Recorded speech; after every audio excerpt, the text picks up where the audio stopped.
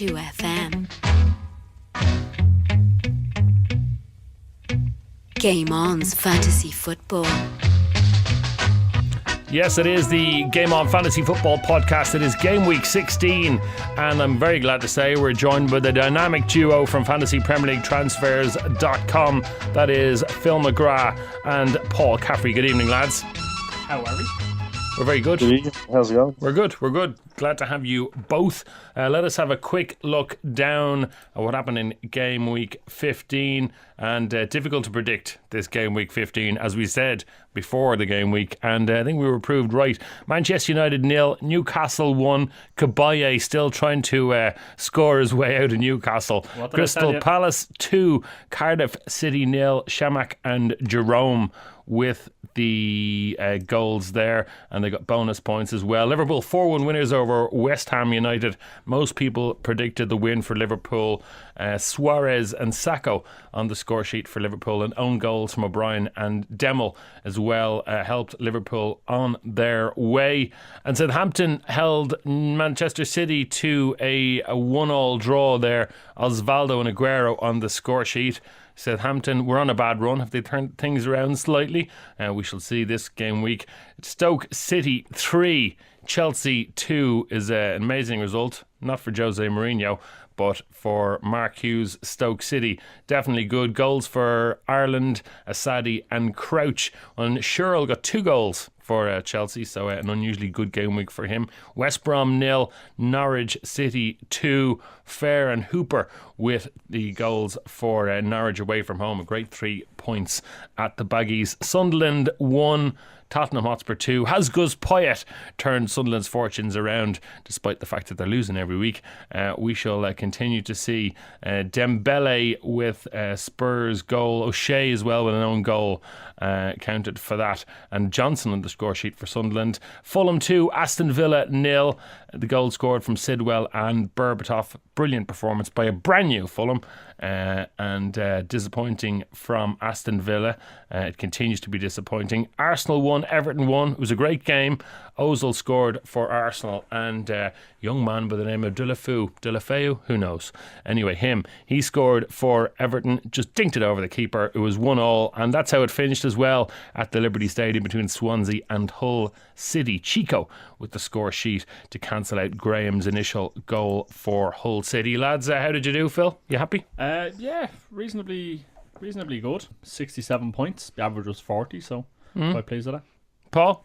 Yeah, that was slightly better than myself. 56. I was a little disappointed with Moxie going off with a hamstring strain as Palace went on to get the clean sheet there. But all in all, not too bad considering there was only 4 teams at home won this weekend. And when one of those is Fulham, it's going to be a low enough scoring game week. Thank God for Suarez as well, with that on the a lot of people's captain, and he had 15 points and 30 points if he was a captain, so that was good. 53 points I got. Not bad, still above average and still behind you boys, which is the most important thing. Let us crack on, shall we, to Game Week 16, because basically who cares about Game Week 15? It's done. Right, let's crack on with Game Week 16. The 3 of our featured games are going to start with Man City, Arsenal. Man City, Arsenal, why not? You have to start there, really, don't you? City obviously held 1-1 the weekend away from home, but at the Etihad they've been pretty impressive. Over the last 4 wins, 1 loss, 1 draw, but at home, like I said, they have been impressive, notching up 29 goals in 7 home games. You have to mention as well the amazing performance they had against Bayern Munich. Down 2-0, they came back to beat Bayern Munich 3-2 in Munich. Fabulous. Yeah, I mean, I was watching the game and the 2 goals went in, and I had a little chuck at them myself and kind of said, well, that's City bunched. And in fairness to them, they came back, they got the result, and really they've been blaming Pellegrini, saying that he done his maths wrong, and had he realised that they only needed 1 more goal to top the group, they probably would have pushed on, but they thought they needed 2, so figured, we're not going to get 2, let's just make sure we hold on to the win. But I mean, listen, they'll be happy enough to go through and qualify for the next round, so you can't really argue with that. But at home in the league, they've only conceded 2 goals. Qualified in civil engineering is Manuel Pellegrini. We've had this conversation before. He is the man to rebuild City. Anyway, the maths were wrong. I suppose it's a tough game to call because you have two teams really in very good form. Yeah, I mean Arsenal. They've also got the same record as City away that City have at home. Arsenal have it's 4 wins, 1 loss, 1 draw in the last 6. Arsenal have scored 14 goals on the road this season, conceding 5 with 2 clean sheets. And City have 5 clean sheets at home and conceded just 2. It's going to be interesting to see how this one runs. There was quite a few changes to the City squad for that game with Munich midweek. Joe Hart and Silva returned for the game with Bayern, while Company, Aguero, Yaya Toure, Nasri sat out the win against Bayern when Negredo came off the bench to make a cameo.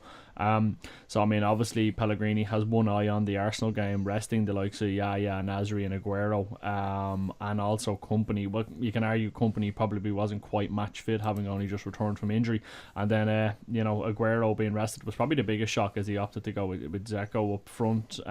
Big tall centre forward probably did him well, really, considering Munich's back 4. But Aguero is certainly the man to be looking at this week. He's now scored 11 goals in his last 10 Premier League appearances for City, and 7 of those have come at the Etihad, so you would have to fancy him for that. Arsenal, on the other hand, well, they are playing quite well. The last time Arsenal, however, played away after a Champions League away game, so 2 continual away games, 1 in the Champions League and 1 in the Premier League, they lost 1-0, and that was to United, so I wonder if we can see a similar result going this time around. Interesting. Paul, what are your thoughts on that? Yeah, well, I think when they lost away to United, they actually put in a very, very good performance. It was just a set piece was the difference that day. So it wasn't kind of fatigue or kind of, I suppose, they didn't show tiredness on that occasion. This is a very, very big test. We're going to hear a lot over the coming weeks of what are Arsenal's credentials to go on and win the Premier League. This is certainly one of the bigger tests.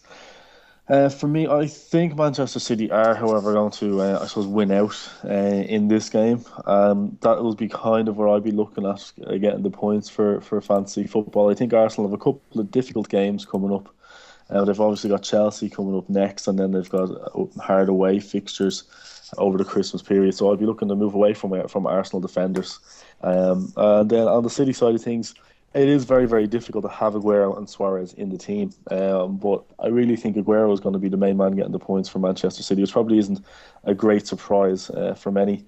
And I suppose even on that, I'd probably go on and be looking at maybe trying to tip them for a clean sheet. So Kolarov, obviously he scored a penalty midweek, but he has been getting on the score sheet. Does take set pieces. If we figure he's going to play as we go after the manager's press conferences on the Friday, he will be the kind of a sneaky outside shout that I'd be looking at. 5.3 million, very, very attacking, and that's going to be the small margins which makes a difference in this game. So I kind of see it going in City's favour. All right, so we're leaning towards City a little bit. Phil isn't leaning so much. Yeah, I think I'd agree with Paul though. Listen, there's no doubt City are free scoring at home, and this is going to be a big test for Arsenal, as many people have said. But I also think it'll be just as big a test for City. Obviously, if City want to go on a run and start closing the gap to the Gunners, this is where it's got to start for them. I think if City fail to beat Arsenal, I think it could have put a major dent in their challenge title. Whereas if they go on and beat them, they're closing the gap. They've got that kind of edge over them, and they can kick on. But I mean, in terms of a clean sheet for City, I don't really see it. They've the second highest conversion rate in the road this season at 15.2% of their shots have resulted in goals, and that's second behind, believe it or not, United, who have a conversion rate of 16.5. Well, just don't get many shots in. Well, that's like the other the ball backwards. Yeah, never seen a team do that so much as the weekend, but yeah, it's another conversation. Yeah, but I mean, Arsenal have also conceded the lowest amount of clear-cut chances on the road this season in just 7. Now you can kind of look at it and go, well, what do you quantify as a clear-cut chance? Who do they play? Yeah, well, that's the other turn of the coin, I suppose. But I think there's goals in this one. I'm hoping it's not going to be a repeat. There's goals in them there, Hills. Yeah, I'm hoping it's not going to be a repeat of last year's corresponding fixture where it was 2 defenders in the score sheet in Lescott and Koscielny. But yeah, it's got to be usual suspects. I think the fact that Silva started against Bayern and Nasri didn't, I think we can expect Silva to still sit out this one despite the fact that he is back and looks to be fit. Looks to be very fit. Yeah, we got a goal, in fairness to him. But I think the fact that Nasri was sat out, I think might suggest that he may run with Nasri against the Gunners. Yeah, obviously he'll make a return, as will Aguero, and I think if Company has another week of training under his belt without any problems, we could see him also start. All right. Let's move on to the second game. Paul, where do you think we should be looking at? I think you have to look at Tottenham versus Liverpool. Obviously, coming into this game, Tottenham, their record, they've got 2 wins, 2 losses, and 2 draws in their last 6. And they've only scored 7 goals in their last 7 home games, and goals have been hard to come by for Tottenham this season. And they've also conceded 7 during that period. However, they have been picking up some clean sheets with 3 at home so far this season. And probably not surprisingly to hear, they've got the lowest conversion rate of any team in the Premier League at 5.6. Also, Soldado looks to be a little bit out of favour as he's been dropped for the last 2 games. I suppose on the other side of that, we look at Liverpool. It's really, it's the Luis Suarez show. The statistics are just phenomenal on him. Liverpool themselves as a team have got 3 wins and 2 defeats and 1 draw in their last 6 games. Scored 12 goals in their last 7 away games, which is it's not too bad when you compare it to others. However, they have also conceded 13 goals during that same period. And they haven't been getting the clean sheets that you would have expected on the road. We're only 1 away from home this season.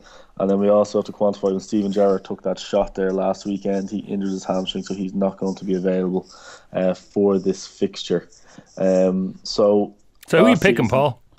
It's difficult to know, isn't it? Paulinho would be a player who I very much would rate. He's a very good price. He's the type of player who gets forward. Now, he scored last weekend, but he showed a lot of threat in the previous weeks. I mean, he hit the post a couple of times, and he's been unlucky not to score goals up to this point. So I think he is a player who's going to start getting goals, and we're going to see a lot more fancy points returned from him because he's playing so far forward. And at that, it's someone who a lot of people don't have. So he would be a player I'd be absolutely looking at bringing in this week. I see Tottenham getting goals against Liverpool. However, I would also, you can't bet against Luis Suarez scoring, so I wouldn't be looking at the clean sheet side of things for Tottenham. Phil, you looking at goals for Spurs? Because I'm not. It's a tough one to call. I mean, Spurs are only 1 or 2 teams with Newcastle that have yet to score more than twice in a Premier League game this season, and their top scorer at home is Sigurdsson, and considering he's not a regular starter, that kind of tells you all you need to know. I think a lot will depend on how Tottenham line up in the Europa League on Thursday night. Usually it's been very much the case that Defoe starts with Sigurdsson preferred for the league games. However, obviously, or it's not Sigurdsson, Soldado, should I say. But Soldado's been dropped the last 2 with Defoe coming in. So I think we'll have to keep an eye on that and see if Defoe starts. You may see Soldado return. However, if it's the opposite, can be said, well then I'd fancy Jermaine Defoe to score against Liverpool more than I'd score Soldado. But I do worry about Liverpool. Yes, it's the Luis Suarez show, but Steven Gerrard has been in the engine room kind of a bit like a swan. Looks calm on the water, but has been working away furiously in the background. Hey. He's been doing well. He's got the second best assist rate in the league with Ozil and Suarez on 7. And with Daniel Sturridge also missing, it's another player out for them. I mean, realistically, who's going to come in for Liverpool that's going to have such an impact as Gerrard? David Lucas is probably going to take his place, and I just don't rate him. And I think they might struggle to get the service to Suarez. Are you going to go at the back? I don't think there's clean sheets in this. No, I think it's probably highly unlikely that either side will keep a clean sheet. But if I was to bet on either one of them doing so, I'd actually prefer to go with Tottenham. All right. Surprise, surprise. But I mean, yeah, listen, Liverpool have only managed 1 clean sheet in the last 12 league games, so I can see Spurs scoring. I wouldn't. The reason this game kind of went into the 3 focus games wasn't so much that there was lots of points in it, but it's an interesting talking point given the fact that Gerrard is out, Sturridge is out. We've seen the impact that Sturridge's absence had for Liverpool in the open against Hull, but also in the opening few minutes of the last weekend's game. It really did affect them. Now they managed to kick on with the help of 2 own goals, but I do worry for Liverpool. And certainly, obviously, Tottenham aren't particularly scoring well. It's going to be tough. I wouldn't rush out to bring in any Spurs players for this one. But at the same time, I wouldn't be rushing out also to get coverage across the Liverpool midfield. I think Suarez is about as much exposure as I'd want at the moment because, like I said, it could all come undone if it proves that Gerrard was the cog in the wheel that was holding it all together. All right. Do you think Skirtle could add to his tally of 2 own goals in the last 3 games? Well, Andrew brought him in and still has him, so probably. Yeah, it's true. This is all true. This is all Right. true. I also brought in Suarez, by the way, last week, and God. and Sell him. and I captained him, and he came through. So Surprise. so yeah, there you have it. Sometimes it doesn't always hold up. Right. It takes a week or two to kick in, I'd say sometimes. All right, we'll keep an eye on Suarez, but let's move on to our third focus game, Phil. I'm thinking the home team's going to be wearing blue. Well, I can't figure out whether we're in Goodison or in Stamford Bridge. Yeah, we're in Goodison. All right, Everton and Fulham. Yeah, I suppose I'll start with Fulham. A new look Fulham, I think, is what you said earlier on the podcast when we kicked off. Very much so. Mullenstein seems to have them playing slightly better. It's always the case when a new manager comes in, the players are playing for position. Impetus. Yeah, instead of impotent. Yeah, momentum. Yeah. Is another word, I think. Yeah, why not? But I mean, Fulham had more shots on target against Villa than in 9 of their previous 14 Premier League games. So that just goes to show you Added the difference. together. Yeah. I mean, but they've only won one of the last 6, managed 5 goals away from home in the 7 games they've played, and conceded 13 with only 1 clean sheet. But here's an interesting one for you that probably no one would have realised. In fact, I didn't until I had to go looking at it. Fulham have the 3rd best conversion rate on the road this season, of 13.9%, behind United and Arsenal. Now, yes, it's a case of very much of a few shots, but the ones they do take, they score. So, certainly if I was Mullenstein coming in there, I'd be just telling them shoot. So basically, you're saying they've shot twice. They've had 2 shots on target on the they've road all scored. season. They scored 1. Yeah. Something like that. Something along those lines. But, whereas Everton, of course, they're unbeaten since game week 7 against Man City. In the last 6 games, they've 2 wins and 4 draws, notching up 13 goals, conceding 6 with 4 clean sheets. But they're certainly on a charge, and they're creating a chance every 5.9 minutes at home this season, which is spectacular. And they have the best accuracy at home than any other team at 45.6%. But however, they only convert 12%, which is 7th in the Shocking. league overall. Yeah, so from being forced in terms of accuracy and 7th in terms of conversion, kind of tells you a lot that really, if the ball doesn't hit Lukaku, they're struggling. I suppose is probably one way to look at it. Very unfair. But yeah, I think there's points in this one. I expect Fulham to put up a better battle than we have seen over the course of the season so far. However, I think the legacy that they've left themselves on the road is still going to come back and bite them. It's really going to be very much an Everton point of view. I think you can possibly look to them for a clean sheet. I think we will, like I said, we will get a better performance. We're out of interested in Fulham, where Fulham are, but we're not going to be bringing in Fulham players. not at the moment. No, we did kind of have a look at Sidwell 3 weeks ago. And it was proved to be a bit too early. He got on the score sheet last week, but we wouldn't. Great goal last week, actually. It was a good goal, yeah. We got a bit of stick a couple of weeks ago over Sidwell being in and around the tips, and okay, it didn't work that week, but we weren't too far off. But I mean, realistically, it's Everton. It's Howard for a clean sheet. It's Coleman at the back. I think Lukaku up front, you've got to look at, and probably Morelos. I'll be hoping Morelos will start, because I think his pace is really going to cause Fulham problems. They've conceded more chances down their left flank, which would be Fulham's right, than any other side. So yeah, Morelos, if he starts, or basically whoever's playing in that side, you can be pretty sure is going to get plenty of opportunities for assists and even goals. Big shout out for Barkley and anyone who saw him play against Arsenal, robbed of bonus points. Young Ross Barkley was. He should have had 3 bonus points. He didn't get any. He ran the game. He was brilliant.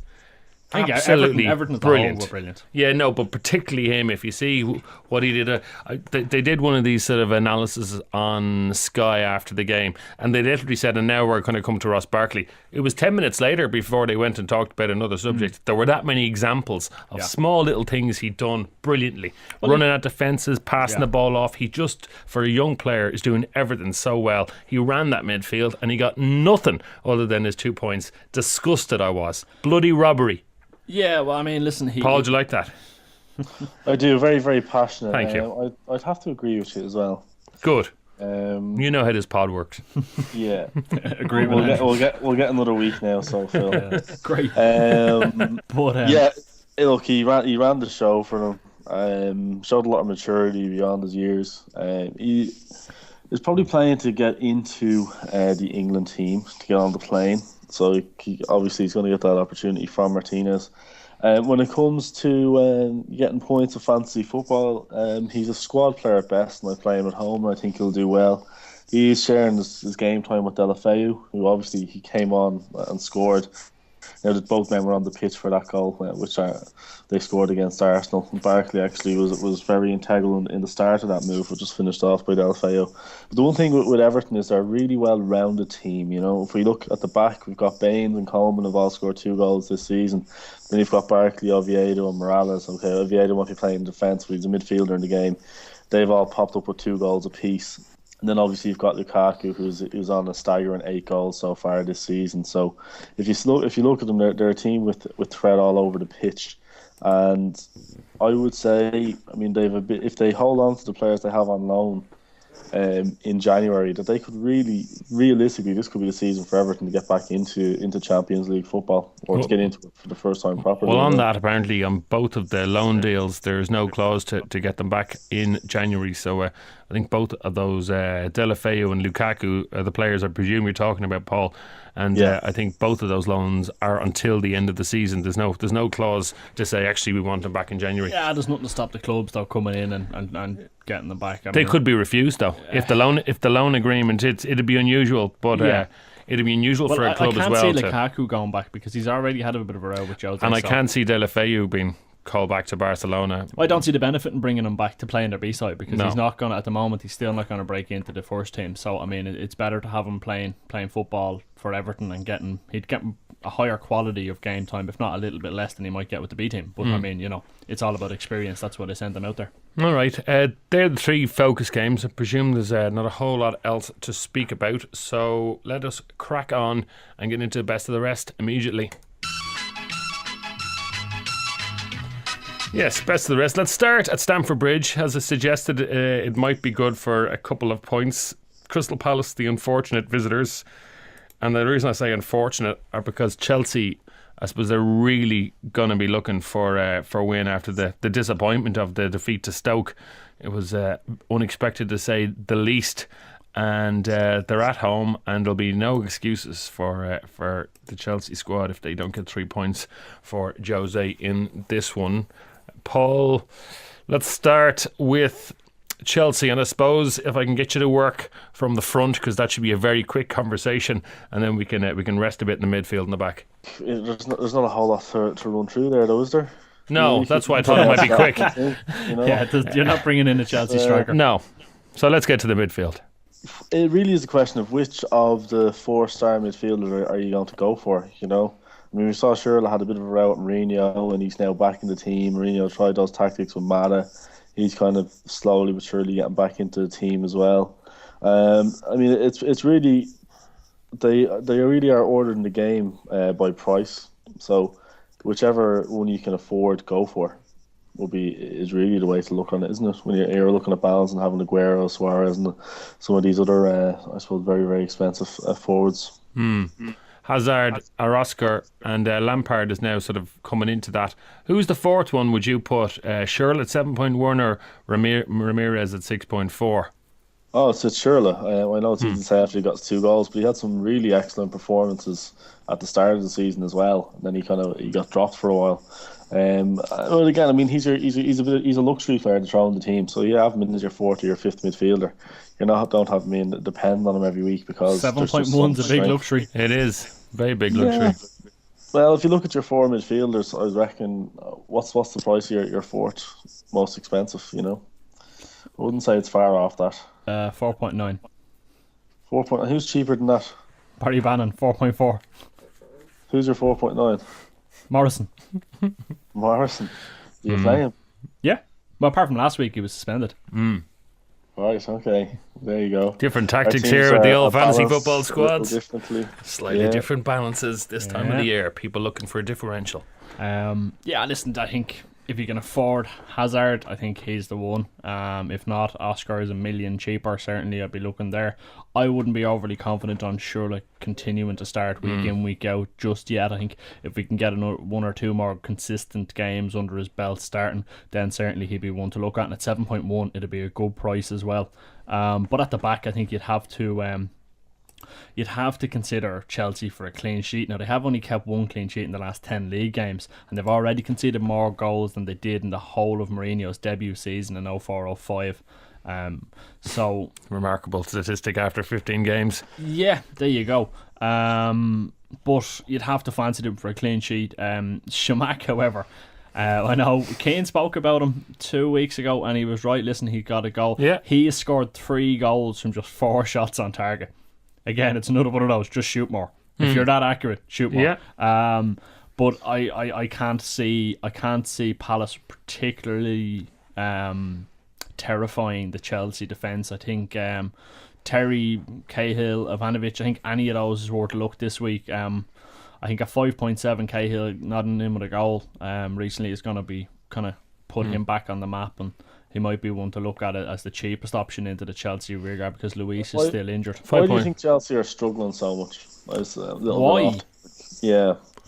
Why are they conceding so many goals? Because when you look at them, they do seem a balanced team. They seem to have a sort of a settled defence. They seem to have strong midfield structure, but their midfield isn't very defensive. No, that's it. Their defence is settled. You're right, but I think they are struggling for a bit of steel in the middle. When you look, I suppose, having told you that they've conceded more goals than in Mourinho's debut season, if you look at who Mourinho had in the centre of midfield back then, there's a big difference. And I think Makelele was the big difference. Exactly, yeah. And they're missing that bit of steel. They're missing, someone who's going to put it about a bit. I suppose the only one that he has there that's capable of doing that is Essien, but Essien was played and made a horrific mistake with the first ball. That was it. Gonzo. So I think that's probably, they're missing someone maybe just to sit in front and shield the back four, because I think Terry doesn't have the pace he once had. Now, he was still great at reading the game. Cahill was never the fastest as it was anyway, and Ashley Cole isn't getting any younger either. So they are kind of all getting on a bit, and I think they are just missing someone to sit in front just to shield them that little bit. And maybe that's just down to the system that Jose wants to play. Maybe it's a case that he doesn't want to play a 4-1-3-1 or whatever, to sit someone in the middle. I think that's probably the main reason compared to what we've seen from them in previous years. On Crystal Palace, I'll just do this very quick, and lads, you can add to this. Julian Speroni, we mentioned last week, another 6 points for him. By the way, if you wanted that, and that followed an 8-week game week the previous week, so that worked out well. Good bit of advice here. Moxie, he was already a great name. He was already mentioned by Paul earlier. Bannon, Phil mentioned him. 34 points from 4.4 if you want a squad player, and Shamak up front 4.7 if you also want a squad player starting to score now. That's it. Shamak could be an interesting one. I think Keane was right at 4.4, especially given the price tags around the place. He could be one that could free up a lot of cash for you. Now, listen, you're not going to get loads of goals out of him, but if you were to put that extra little bit of money into your midfield, there'd be nothing stopping you playing a 5-man midfield and 2 up front with Aguero and Suarez, or Suarez and Lukaku, or Rooney and Aguero, or Rooney and Suarez. There's a case to be made for him, but don't expect the sun, the moon and the stars, because you won't get it. Alright, you're not making the case from today. Let's move on to another game. Anywhere else for best of the rest?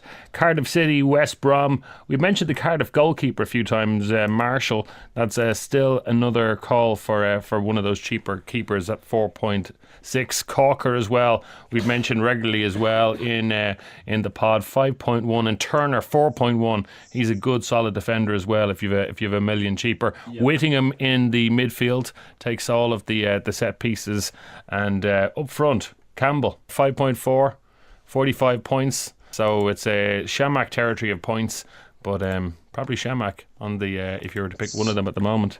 It's about the form piece. Cardiff are a team on the way down, Palace on the way up. I mean, Palace have only conceded 1 goal over the last 5 games. Obviously, Shamak has that great scoring record. I'd be very concerned for Cardiff, and I'd be avoiding them at the moment. Lots of concern on the pod. Concern for Cardiff. Concern for Liverpool. Listen. I think this week I think this week could be the last week you get value out of Cardiff for a good while.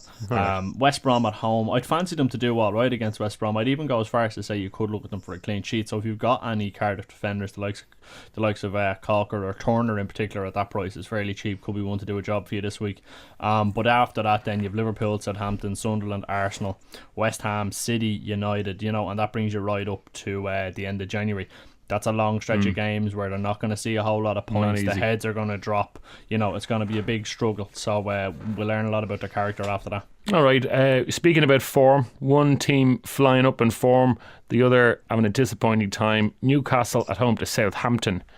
Lads, let's start with Newcastle at home. Krull at 5.1. Not a bad shout in goal. We're probably leaving Newcastle's defence. Kabaye isn't available this week. Well, he's suspended.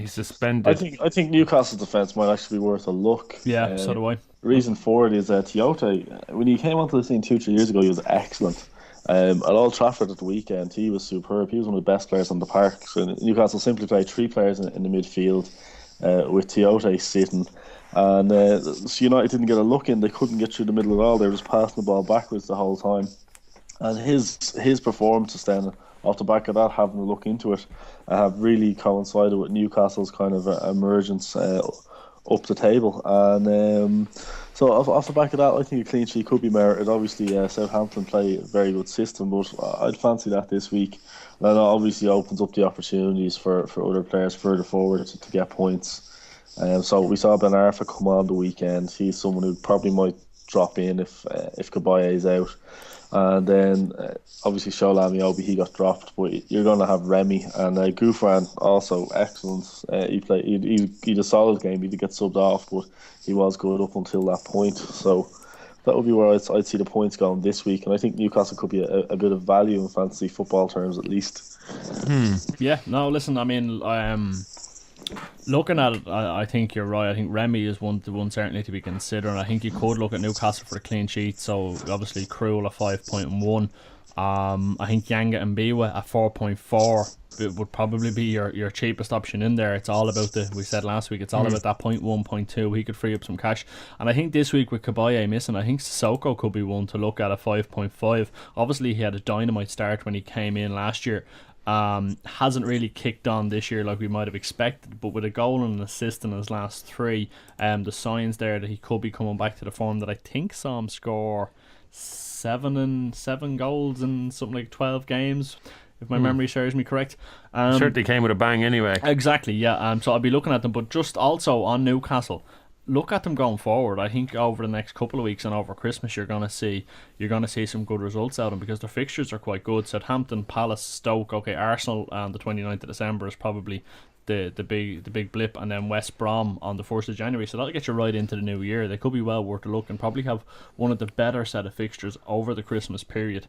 And Krull at 5.1 could be the answer to a lot of people's problems with Boric. I did a piece on the site today looking at replacing your Southampton defenders if you were that way inclined to do so, and where you'd be best looking at giving an options based on different prices. And certainly Newcastle was one, and Krull in particular obviously, that popped up on the radar of 4.1. He's a little bit more expensive than Boric will be if you sold him on, but if you had that extra 0.2 or 3 to put in there, he could be well worth a look. Speaking of problems, and Southampton have a good few, mainly probably the absence of Schneiderlin and Wanyama hasn't helped them at all.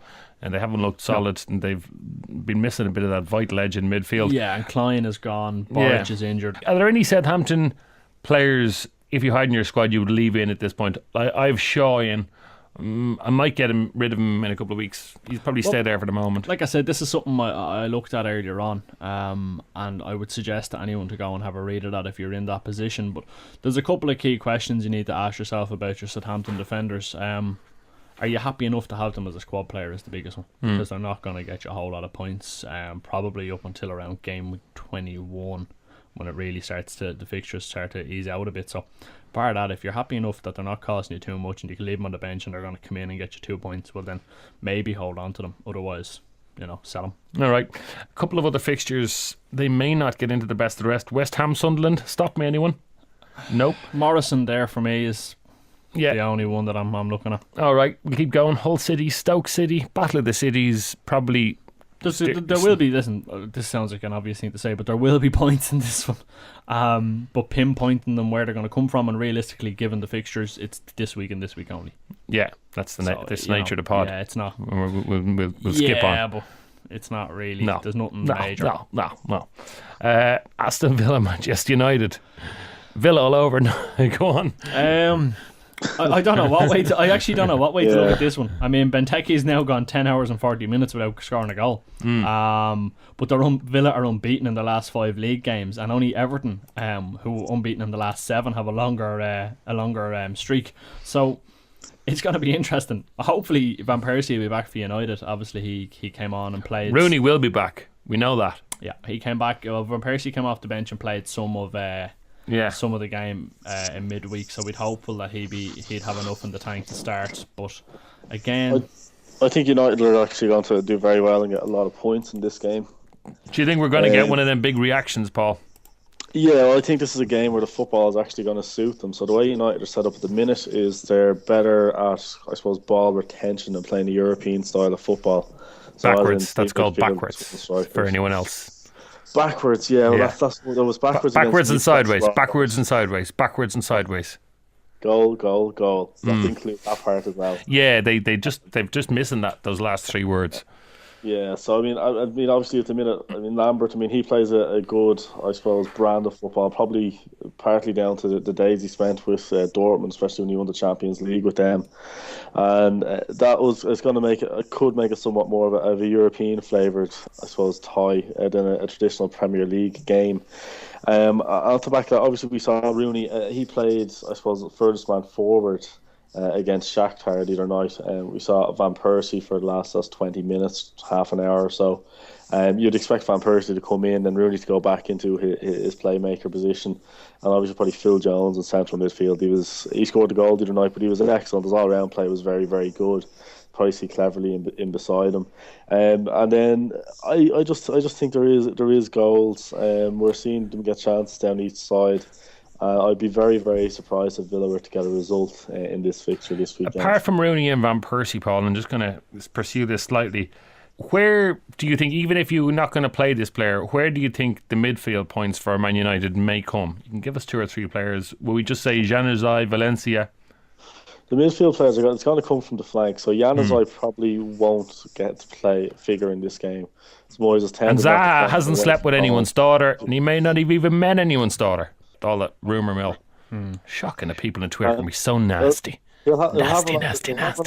He'll have an opportunity on Sunday because I don't think he's going to be on the pitch, so he could be off doing whenever then. an opportunity to meet someone's Whatever daughter. he wants. Give him a ball in a yard of grass. Stop. Well, I think after Ashley Young's performance. Sorry, I was thinking about off the pitch antics there. Yes. Ashley Young's performance On the pitch last time out. He's good. Yeah, it was he's good there. He's good on the pitch there. I can't see him. I would be surprised if he starts because he was absolutely rubbish. I have to say I've never particularly been a great fan of Ashley Young, even as an Aston Villa player. Do you reckon Kaga will come in, so Paul, despite the fact that he started in the Champions League? Yeah, did you hear he got a stomach pump last weekend? That's why he missed the game. Yeah, but he complained he wasn't feeling well, and they ended up pumping his stomach. He ate too much food, apparently. Yeah, they didn't say what he ate though. No, I never heard of that. No, anyway, I suppose on a more serious note, yeah, I would think Kagawa will play. I'd be looking at him for points. I'd expect Valencia to come into things. I think he's going to do fairly well. And then looking at it, I think Jones would be one to look at in central midfield. But what you're seeing is things are kind of starting to come together for United. Are they? I was just saying myself, are they? Yeah. Was I asleep? Did I miss something? This must be something you can only see from the stands because it doesn't come through when you watch it on the telly. Yeah. Well, look, I think playing away from home will help them as well because the Old Trafford crowd are getting a little very uneasy, and it isn't being very supportive for the team either. Whereas at least away from home, you get your hardcore faithful who will actually properly get behind the team. But look, it remains to be seen. I mean, if you're looking at current form, you'd say Villa are due a result, and you'd expect United slump to continue. I don't think that's going to be the case this weekend. There'll be no prawn sandwiches at Villa Park. He says through his rose-tinted glasses. I'll be eating prawn sandwiches at Old Trafford on Sunday, alright, watching the game. But hey, we'll see what happens. Alright, it isn't Villa Park, so you'll be... No, there's a Christmas party on down in Old Trafford on Oh, is Sunday. there? Yeah. You going? Oh, you're the season ticket holder party, is it, Paul? That's it, yeah. That's just it. buzz down there, have a few beers, and hopefully... And they get the train back to London with the rest of the United fans. Yay! no. All the English listeners to the pod might find that more amusing than everyone else. Norwich and Swansea is the last game, and I think Gary Hooper might be worth a look if you were looking for a cheap striker. He's on form. He is on form. He's doing quite well. I think it's 3 goals now he's got since he came back into the side. So he might be one for a third striker role to have a look at there. Swansea, no. Michu's back. Yeah, but not fully fit. No, he's not quite. So I'd maybe just hold off. There isn't going to be loads of points in this game for me. I think it's going to be a 1-0, possibly a 1-all. Hooper's the only thing I can see in this game that might have some longevity. Your man Fair is doing well, isn't he? He is very well. Looking at him for a few weeks. 5.9, 59 points, 14 points last week against West Bromwich Albion. Bonus of 3, an assist and a goal scored. Leroy Fair. Someone to consider. He'd fit into your midfield quite well, Phil. He's too expensive for Phil's midfield, Paul. He's too expensive, is he? Sorry, don't go mocking my team. Your midfield is set up very similar to mine. He's too expensive for my midfield as well. All right. So there you How have it. dare you? Don't make me break out the league table. If I brought Leroy Fair into my midfield, he'd be my third most expensive midfielder. Oh, jeez. Yes. So, Actually, mine would be the same. Yeah. But then again, I do have some big money elsewhere. So do I. Right. More on that anon. We're going to do captain's picks right now. Right. Needle in a haystack. Pick away there now. Phil, what are you looking at? Chelsea or Everton? Chelsea or Everton? Chelsea or Everton? Lukaku's got to be a good show for captain this week at home against Fulham. Yeah, it's difficult because obviously over the last couple of weeks it's been very much Suarez or Aguero, and both have tough games.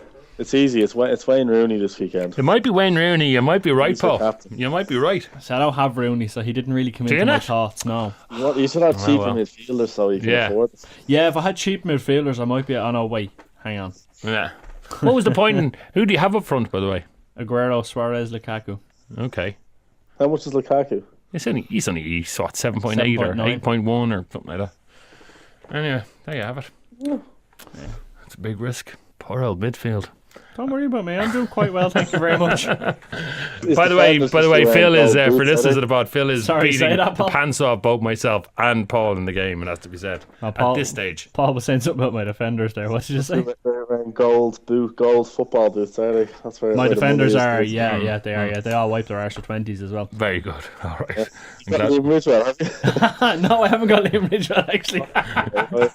You're doing well. All right. I'm glad we got that out of the way. Captains, lads. Captains. Right. Okay. Yeah. I think. Sorry. United will be a good shout. I don't have any United players at all. That's why I didn't come in with Paul's right. I think Rooney will be well worth a look this week if you have him. For me, I think Lukaku against Fulham, like I already said, will be one to look at. I think you could take a punt. I think Suarez could still produce the goods despite the fact that they travel to White Hart Lane. But really, it does sound funny saying take a punt and Suarez in the same sentence. It does, but you've got to because he doesn't do it on the road. You're probably going to get down to not as much. No, not as much as he obviously does at Anfield. And I'm very much a kind of, I suppose what you call a traditionalist when it comes to my captain. I generally like to have them playing at home every week. Me too. So from that point of view, Hazard or Oscar, I'd go probably for Hazard would also be one to look at against Palace, because I do think Chelsea will come out and give Palace a good going over. Interesting. Paul, I know you came in with the big shout for Rooney. Anything else you'd consider in there? What about the Man City Arsenal game? I know the reason why we haven't gone for it. I'd be going for an Aguero double. That's what I'd be fancying in that game. I know Koscielny and Mertesacker are having a good season, but well, they're not keeping clean sheets though. They're good at but they're playing well. They're doing they are. Stuff. Yeah. But I think if against Aguero and the movement of City, that they're going to really have a tough afternoon. Yeah, I think if Negredo starts as well, I think they really are going to challenge. They're going to put it up to the Arsenal defence big time. But it's still a little bit risky. But City at home, their goal scoring record speaks for itself. Like I said, 29 goals in 7 games. What about the Hull City Tigers? The Hull City Tigers don't exist yet. Yeah, the poor Hull City Tigers. The Tigers, they're playing the Potters. Tiger and a Potter, there's only ever going to be one win, yeah? There is. Yeah. The Tiger will be sitting in a clay pot. In the oven. Yeah, in the oven. Bake that. Right, let us crack on. That is Captain's Picks. There are some gems in there for you somewhere. Next up, it is questions, and we're going to be looking at some of your squads. Right, time for the doctors to get their rubber gloves on. Phil, of course, was born with rubber gloves on. Paul, you just put yours on there, and we shall crack into some of the questions and the squad selections that have been sent in to us. Right, so first up is Cameron. He has problems in his defence, I believe.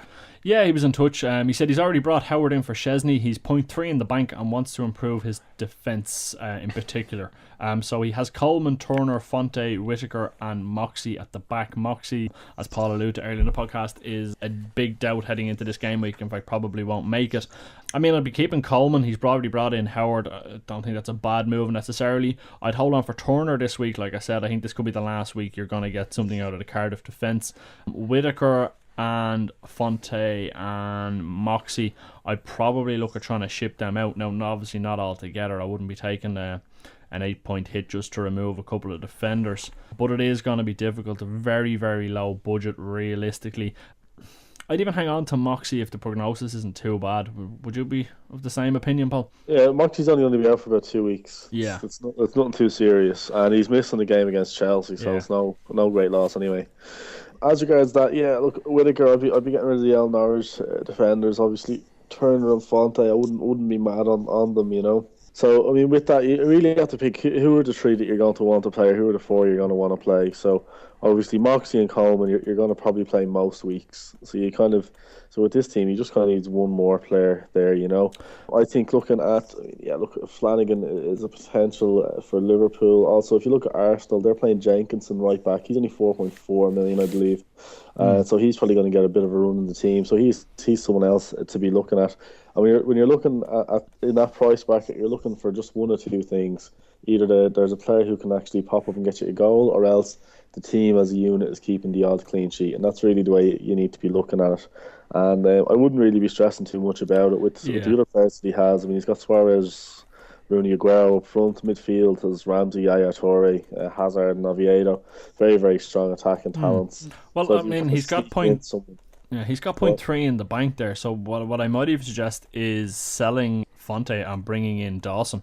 5.4 for Dawson. You'll probably get 5.3 or thereabouts for Fonte when he sells them. So that might be a move. Be an excellent bit of business, yeah. Well, there you go. I mean, then you're bringing him in because he will get clean sheets as opposed to attacking prowess. Yep. So there you go. All right. Next patient on the table, please. Next patient is Dan. Dan, sit up there. Dan. How are you, Dan? And give me 2 good coughs. There's one. Dan's very quiet, lad. So you're sure he's okay? Still alive. He's fine. He's Sorry, fine. we'll revive him anyway. Remove that gag.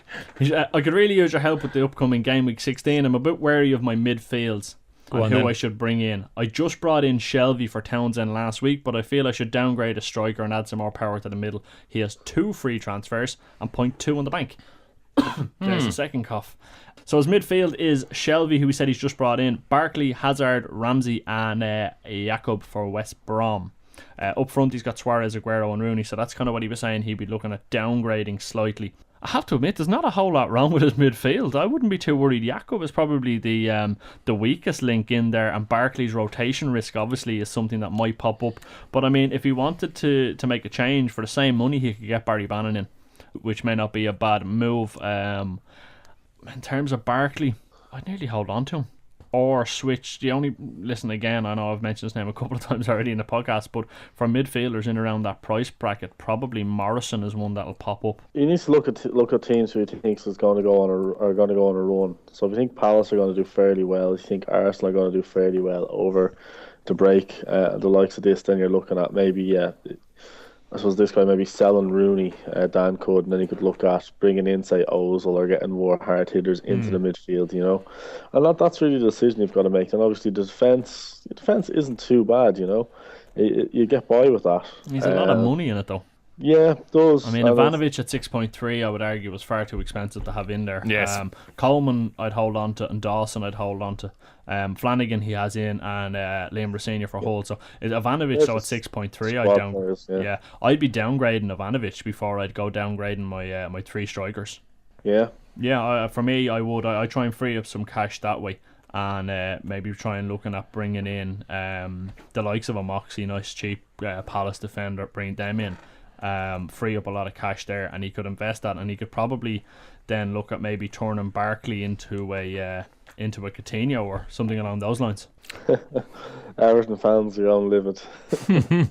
Last patient, then the hospital is to close, like most good Irish hospitals. Right, we'll go with the last one I got in, I suppose. We've run out of insurance. The clinic's going to shut up quick. Yeah. Last one from Alex Ball. Hey boys, love the podcast and want to get your opinion on the following question. Long term, do you favour the big three up front, Rooney, Suarez, Aguero, or loving one of the three, probably Rooney, and having 4 premium mids and slightly cheaper Lukaku or Remy as the third striker? His team is attached and he's 0.3 in the bank. Who's he? Give us the full team then. So he has Vorm and Gazinga. Yeah. Coleman, Johnson, Turner, Racinier and Gabadon.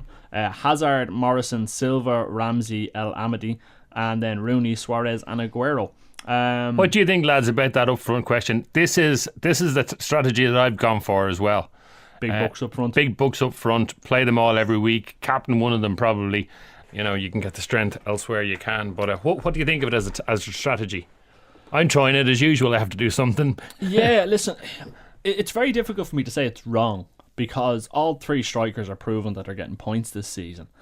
But the question has to be asked that Sounds like you're going to say, but it's wrong. Well, no, the question has to be asked about the possible returns you could get from downgrading one and upgrading a midfielder, because like if you take for instance this week with Suarez away to Tottenham and Aguero at home to Arsenal, those 2 could very easily backfire this week, and because all your money's tied up in the front, like he's Hazard and Silva and Ramsey and Morrison. Now they're not it's quite a good midfield. But it's just something to fall back on, you know. That is the question. I honestly don't know. I'm still time with it. I've done the cheaper option, but you know. Paul, what's your reaction to it? I know you're quite a methodical person, and you like a bit of a spread. Let's face it. Bit of a spread. You have to look at what your return is per million if you're looking at it. And yeah, look, Rooney, Suarez, Aguero are all doing it. I would say only have 2 of them. Then it's really up to yourself. I suppose Suarez kind of makes himself a must-have. So then going between Aguero and Rooney, and then having that cheap midfielder. So be it a Lukaku, you know, be it even a Shamak or a Remy, one of these players who are around the 8 million or the 4 million bracket. Because at the end of the day, if you've got midfielders for say 4.4, 4.9, 5.3, or even 7 or 8 million, and you can add 2 or 3 million onto any of those, well, surely they're going to get a lot more points for you than the cheaper options. So then you'd be looking at, well, the way I'd look on it is, am I going to get more points out of, say, Rooney or a Suarez and my 2 cheap midfielders as a trio over the next 3-4 weeks? Or do you think I'm going to get more points out of, say, a Remy and whoever the 2 more expensive midfielders could be? So maybe it could be, a Ramsey, Yaya Toure.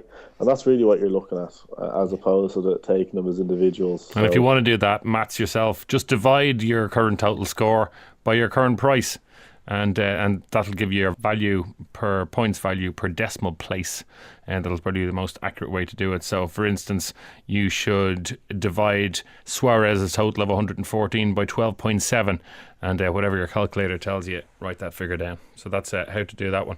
I'm glad I just had a calculator, because there's no way I was doing that in my head. Yeah, well, good luck with that. All right, that is probably enough of the doctor stuff. The nurses, we didn't use you this week, but it was great for you to come in. Yeah, she can just let herself out now. That's fine. We have her well trained, Phil. Well done. I tell you. I do try. Yeah, and the uniform looks great, by the way. Right, only time to play a bit more music, as Paul likes this so much. We've loads of time, really, but we're going to finish up now. We're going to tell you that live time is on the Twitter machine between 10:30 and 11:30 next Saturday morning. At Fantasy Prem Tips is where you send your last minute questions. The lads will give you advice and the most up-to-date information, squad news, team news. They're on it, baby. Ooh, yeah. Yeah, that's 10:30 to 11:30. Hashtag live time this Saturday on the Twitter machine. And any other news, lads, before we go? No, I'm all out of news. No? So that's all we've time for the pod, lads. I had a thoroughly enjoyable time over the last 55 minutes or so plus. Thank you very much for your company. We'll speak to you next week for Game Week 17. Thank you. See you next week. See you, Paul. Ciao.